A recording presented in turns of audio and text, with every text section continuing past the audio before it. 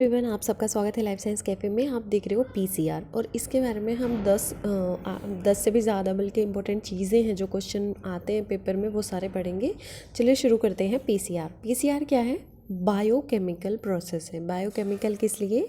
क्योंकि पहले जो हम डीएनए निकालते हैं वो तो किसी एनिमल का हो सकता है, किसी प्लांट का हो सकता है, तो इसलिए बायो है। केमिकल बाद में हम इसकी रिएक्शंस करवाते हैं, तो इसलिए बायोकेमिकल प्रोसेस है। PCR actually polymerase chain reaction है, ठीक है।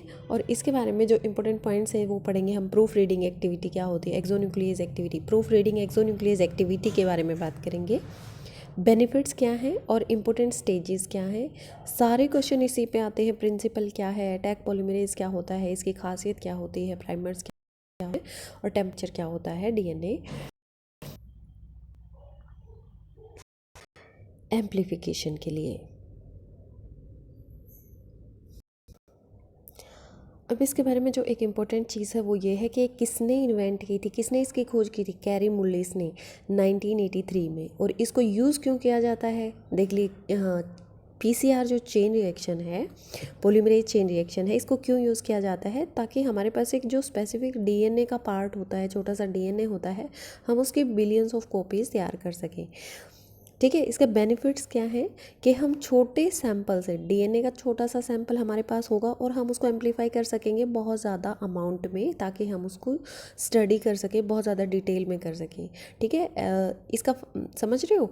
जैसे हमने कोई, हमारे पास लीफ है सपोज़, तो हमारे पास किसी प्लांट की सिर्फ एक लीफ है, तो हम क्या करेंगे, उसका डीएनए निकाल के उस पर स्टडी करेंगे। हो सकता है हमारे रिजल्ट्स ना आए, तो हम पहले उसका डीएनए निकाल के उसको एम्पलीफाई करेंगे, उसके बिलियंस ऑफ कॉपीज़ बनाएंगे, फिर उसको स्टडी करेंगे, तो ये आसान हो जाता है। उसके बाद देखिए, जो हमारा रिएक्शन है उसमें 3 मेजर स्टेप्स होते हैं। पहला है डीनेचुरेशन, फिर है एनीलिंग, फिर है एक्सटेंशन। डीनेचुरेशन, एनीलिंग, एक्सटेंशन के अलावा भी आपको कहीं कहीं कुछ दिखेगा कि ये प्रोसेस, ये इसके स्टेप होते हैं, लेकिन आपको ये 3 मेजर याद रखने हैं। डीनेचुरेशन में क्या होता है एक्चुअली, इसमें डीएनए जो होता है ना, आपने देखा होगा बहुत सारे ऐसे किताबों में भी इस तरह से डबल स्टैंडर्ड 2 लाइन्स लिखी होती हैं डीएनए को शो करने के लिए, इस तरह से। इनमें इसके बीच में हाइड्रोजन बॉन्डिंग भी होती है, ठीक है, न्यूक्लियोटाइड्स के बीच में। तो ये डीएनए जो है ये डबल स्टैंडर्ड है, तो इसको डीनेचर किया जाता है, मतलब इसको हाई टेम्परेचर देखिए, देखिए टेम्परेचर कितना ज़्यादा है, 94 to 98। तो इसको डीएनए के जो स्टैंड्स हैं इनको सेपरेट किया जाता है, और सेपरेट हाई टेम्परेचर देने के बाद क्या होता है, इसके बीच में जो हाइड्रोजन बॉन्ड है वो टूट जाते हैं, ठीक है। तो वो दोनों स्टैंड्स क्या हो जाएंगे, सेपरेट हो जाएंगे। तो इस पर एक क्वेश्चन तो ये आता है कि जो मोस्ट इंपॉर्टेंट स्टेप है वो कौन सा है? डीनेचरेशन है। क्यों? क्योंकि जब डीनेचर नहीं होगा तो आगे के स्टेप्स नहीं होंगे।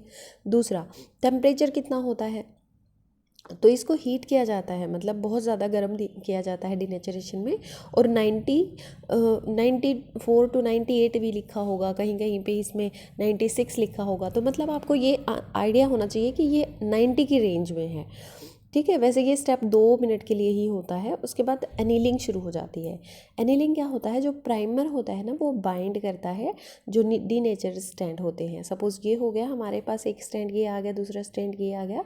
इसमें प्राइमर्स क्या होते हैं, ये भी डीएनए के छोटे छोटे स्टैंड्स ही होते हैं। अच्छे से डेफिनेशन मैंने आगे लिखी हुई है ताकि आपको हर स्टेप समझ में आ जाए। प्राइमर भी 25 न्यूक्लियोटाइड बेस पेयर ही होते हैं डीएनए के। वो क्या करते हैं, वो वहाँ पे बाइंड करना शुरू हो जाते हैं, कौन से? सिंगल स्टैंडर्ड डीएनए के साथ। तो ये टेम्परेचर जो होता है एनीलिंग के लिए वो 50 to 65 डिग्री सेल्सियस रेंज होती है। कहीं पे आपको 55 भी लिखी मिलेगी। तो मतलब पहले हमने पूरा 100 के पास पहुंचा दिया, 94 95 इस तरह से, फिर हम बिल्कुल आधे पे ले आए, ठीक है, 50 की रेंज में ले आए, 50 to 60 लगा लो, 65। उसके बाद थर्ड स्टेप जो है उसमें एक्सटेंशन होता है। एक्सटेंशन जो मतलब जो नया डीएनए बना है हमारे पास, उससे प्राइमर उससे अटैच हो गया था। फिर डीएनए पॉलीमरेज एक एंजाइम काम करता है। ये पॉलीमरेज क्या करता है, इसके साथ डीएनटीपीज को ऐड करता है, ठीक है। न्यूक्लियोटाइड्स और होते हैं, सपोज हमारे पास एक ये डीएनए स्टैंड है सिंगल स्टैंडर्ड, इसके साथ प्राइमर अटैच हो गया। अब यहाँ पे डीएनए पॉलीमरेज काम करेगा, वो क्या करेगा, यहाँ पे दूसरे न्यूक्लियोटाइड्स को ऐड करता जाएगा ताकि ये डबल स्टैंडर्ड डीएनए बन जाए, ठीक है। इस तरह से जो टेम्पलेट है वो थर्ड प्राइम एंड पे काम करेगा।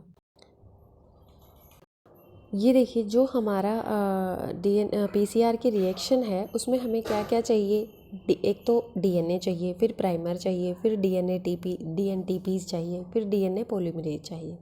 ठीक है, इसमें क्या होता है डबल स्ट्रैंडेड। ये देखिए एक और पिक्चर मैंने उठाई है, ये डबल स्ट्रैंडेड डीएनए है, इसको डीनेचर किया, ये दोनों स्ट्रैंड्स अलग हो गए। उसके बाद हमने 50 टू 60 डिग्री सेल्सियस टेम्परेचर दिया। उसके बाद यहाँ पे प्राइमर्स अटैच हो गए। सिंगल स्ट्रैंडेड डीएनए थे ये वाले, इनके साथ प्राइमर्स अटैच हो गए। थर्ड स्टेप में एक्सटेंड हुआ, यहाँ पे क्या हुआ, ये जो डीएनटीपी है ना ये अटैच होते जाएंगे। फिर यहाँ पे ये इस तरह से इस तरफ ये मूव करेगा, इसमें इस तरफ मूव करेगा। टैग पॉलीमरेज इनको बाइंड करने का काम करता है।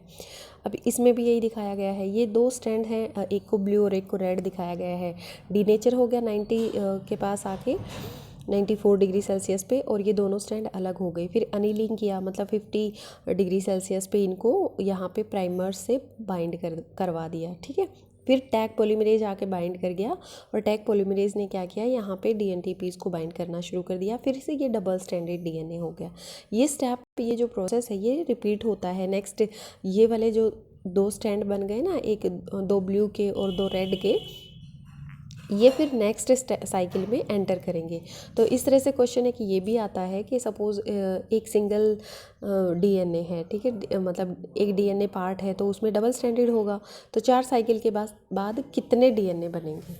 ठीक है, तो इसमें क्या करना है आपने, पहले स्टेप में जो 2 डीएनए हैं वो अलग होकर फिर 4 मतलब डीएनए बनाएंगे। इस तरह से एक के 2 बन गए हमारे पास। फिर ये 2 नेक्स्ट साइकिल में अलग अलग से काम करेंगे। ये 2 मतलब ये एक डीएनए है, ये एक डीएनए है, ये अलग से 2 में कन्वर्ट हो जाएगा, और ये अलग से 2 में कन्वर्ट हो जाएगा, तो ये 4 बन जाएंगे। तो हर स्टेप में डबल हो जाते हैं, और जो एंड प्रोडक्ट होता है वो दूसरे स्टेप के लिए स्टार्टिंग प्रोडक्ट का काम करता है, मतलब स्टार्टर का काम करता है। तो उस तरह से डबल हो जाते हैं सारे डीएनए एंड में। ये एक स्लाइड मैंने लगाई है ताकि जो स्टेप्स होते हैं हमारे उसमें टेम्परेचर कितना चाहिए। जो स्टार्टिंग में डीनेचुरेशन करते हैं वो 98 डिग्री सेल्सियस पे, कहीं 96 मिलेगा, मतलब आपको 90 का याद रखना है कि 90 की रेंज में होता है। फिर अनिलिंग, मतलब उससे प्राइमर अटैच करेंगे 50 टू 60 डिग्री सेल्सियस पे, और फिर एक्सटेंशन जो होती है वो इन दोनों के बीच की होती है। ठीक है, एक्सटेंशन में मैंने क्या बताया था कि डीएनए टैग पॉलीमरेज जो होता है वो डीएनटीपीज को बाइंड करता है और वो डीएनए स्ट्रैंड एक्सटेंड हो जाता है। तो ये 70 की रेंज में, मतलब पहले हम 100 के पास गए, मतलब 96 से 95, फिर आधे पे आ गए 50 पे, फिर इन दोनों के बीच वाला थर्ड स्टेप होता है, मतलब 75, इस तरह से। तो ये स्टेप्स होते हैं। 25 से 40 साइकिल्स कर सकते हैं हम, 2-4 घंटे का टाइम लगता है इसमें। देखिए ये जो स्टेप्स हैं ये रिपीट हो जाते हैं 20 से 30 बार इन ऑटोमेटेड थर्मोसाइक्लर। ठीक है, ये एक मैंने पीसीआर की फ़ोटो नहीं डाली, लेकिन मैं आपको दिखा देती। एक बॉक्स जैसा होता है, उसमें वायल्स रख देते हैं। ठीक है, तो टेस्ट ट्यूब भी छोटी छोटी अलग तरह की होती है, वो रख देते हैं, तो उसको बोलते हैं ऑटोमेटेड थर्मोसाइक्लर। मतलब हम उसमें सिर्फ टाइम फीड करते हैं और अपने आप हमारा जो है एम्पलीफाई हो जाता है डीएनए। फिर ये क्या करता है, आप हीट कर सकता है, उसे कूल कर सकता है, उस रिएक्शन मिक्सचर को टेस्ट ट्यूब में ही थोड़े से टाइम में ही कर सकता है। देखा ना आपने, मैंने लिखा था कि डीनेचुरेशन होता है, सिर्फ 2 मिनट की प्रोसेस होती है। उसके बाद सेकंड स्टेप पे आ जाते हैं। This result in exponential accumulation of specific DNA fragment. तो इसकी वजह से क्या हो जाता है, बहुत ज़्यादा डीएनए हमें मिल जाता है। एम्प्लीफिकेशन क्या होता है, मतलब कितना एम्प्लीफाई हुआ, तो 2n से हम इसको कैलकुलेट करते हैं। जो n है वो क्या है, नंबर ऑफ पीसीआर साइकिल्स है। अब जो पीसीआर साइकिल है वो एक डिज़ायर्ड डीएनए को, चाहे वो हमारे पास किसी भी चीज़ का है, हमारी रिक्वायरमेंट का तो है, होगा ही तभी हम उसको एम्पलीफाई कर रहे हैं। ठीक है, तो वो 1 घंटे के टाइम में, थोड़े से टाइम में, मतलब मिलियंस ऑफ कॉपीज़ बना देता है, 100 टू मिलियंस कॉपीज़, जो कि बहुत ही कम टाइम है। जबकि जो रिकॉम्बिनेंट डीएनए टेक्नोलॉजी यूज़ करते हैं उसमें बहुत ज़्यादा टाइम लगता है। पीसीआर स्पेशली वैल्यूएबल है क्योंकि एक तो ये सेंसिटिव प्रोसेस है। अगर इसमें थोड़ा सा भी कुछ गड़बड़ हो जाएगी तो हमें सही से रिज़ल्ट नहीं मिलेगा। इसका मतलब ये है कि हमें सही डीएनए नहीं मिलेगा, तो हम उसमें रिज़ल्ट को जो निकालेंगे वो सही प्रोडक्ट आने के बाद ही आता है। तो ये एक्यूरेट है, सेंसिटिव है, तो हमारे लिए बेनिफिट भी है। मतलब इसमें कोई कंटामिनेशन नहीं हो सकती, इजीली ऑटोमेटेड है, हम इसको आसानी से कर सकते हैं। ऐसी मशीनें जो हैं, इसका थर्मोसाइक्लर जो होता है वो बहुत ही अच्छा होता है, सही होता है, हम उसको अच्छे से ऑपरेट कर सकते हैं। यूजेस क्या है इसके, यूजेस को मैंने एक और टेबल में भी बनाया है क्वेश्चंस के बेस पे। Clinical medicine for medical diagnosis, diagnosis of genetic disorders, जो बच्चों में बीमारियां हो जाती हैं उनको, फोरेंसिक साइंसेस के लिए, डीएनए फिंगर प्रिंटिंग के लिए और बायोलॉजी इवोल्यूशन के लिए इसका यूज़ होता है।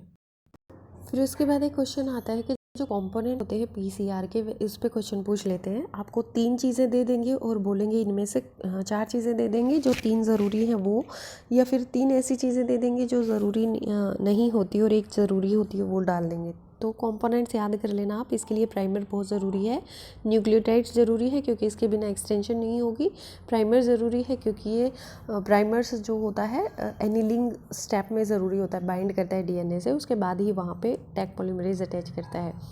फिर टैग पॉलीमरेज क्यों ज़रूरी है और इसका काम क्या है, इस पर भी बहुत सारे क्वेश्चन हैं, अभी डिस्कस करेंगे। डीएनए तो ज़रूरी है ही क्योंकि डीएनए के बिना हम एम्पलीफाई कैसे करेंगे, ठीक है। तो ये चारों चीज़ें आपको याद होनी चाहिए। अब देखो जो ये टाइप ऑफ पीसीआर है इसको पढ़ लेते हैं। स्टैंडर्ड पीसीआर होते हैं ये वाले, इनको सिर्फ एक बार देख लेना, ज़रूरी नहीं होते। ज़्यादातर क्वेश्चन अगर आता भी है तो इससे आता है RTPCR, reverse transcriptase PCR chain reaction क्या होती है। मतलब जो आरटीपीसीआर है ना, आप ऐसे समझ लो जैसे रिवर्स ट्रांसक्रिप्शन होती है जिसमें क्या करते हैं हम, mRNA से डीएनए बनाते हैं, उसी तरह से हम mRNA से यहाँ पे डीएनए को सिंथेसाइज करेंगे। आरटीपीसीआर 2 तरह का होता है, 1 step RTPCR, 2 step RTPCR. RTPCR जो होता है उसके लिए एक और चीज़ थी, it is use to monitor the process in real time. Sorry, ये रियल टाइम पीसीआर का है, मतलब अगर हम पीसीआर कर रहे हैं और उसमें रियल टाइम पीसीआर की बात की जाए तो ये मॉनिटर करता है प्रोसेस को रियल टाइम में। Small amount of PCR product जैसे डीएनए भी हो सकता है, इसमें कॉम्प्लीमेंट्री डीएनए भी हो सकता है, आरएनए भी हो सकता है, उसको क्वांटिफाई किया जाता है, ठीक है। उसके बाद करते हैं हम बेसिक जो मैकेनिज़्म पढ़ते हैं। प्रिंसिपल भी आ जाता है कई बार क्वेश्चन में, और क्या कहते हैं उसको, मैकेनिज़्म भी आ जाता है। तो देखिए मैकेनिज़्म क्या होता है, एक्चुअली मैकेनिज़्म होता है मतलब जो मशीन में काम कर रहे हैं हम, एक्चुअल प्रोसेस क्या होती है।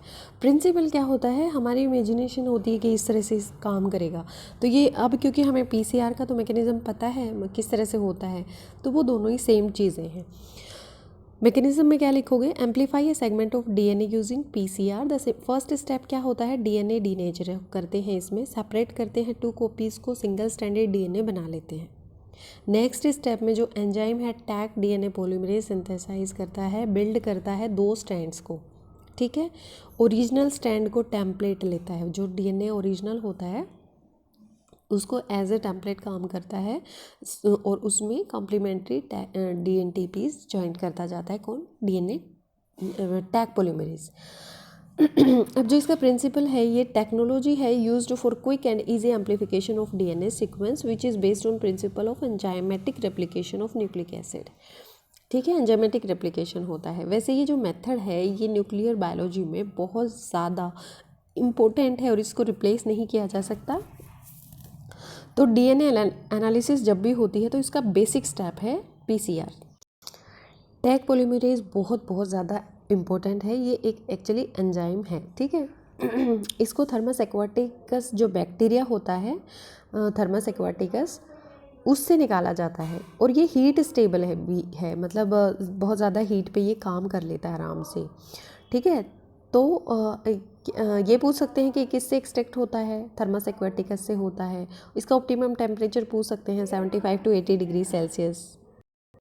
यूनिक प्रॉपर्टी जो है वो ये है कि जो टैग पॉलीमरेज है it lack 3 to 5 prime exonuclease proof reading activity resulting in relatively low replication fidelity, ठीक है। तो ये क्या है, मतलब वफादार नहीं समझा जा सकता इसको। It makes DNA product that have a means adenine, यहाँ पर एडेनिन की बात कर रहे हैं, that have adenine overhang at 3 prime end this may be useful in TA cloning.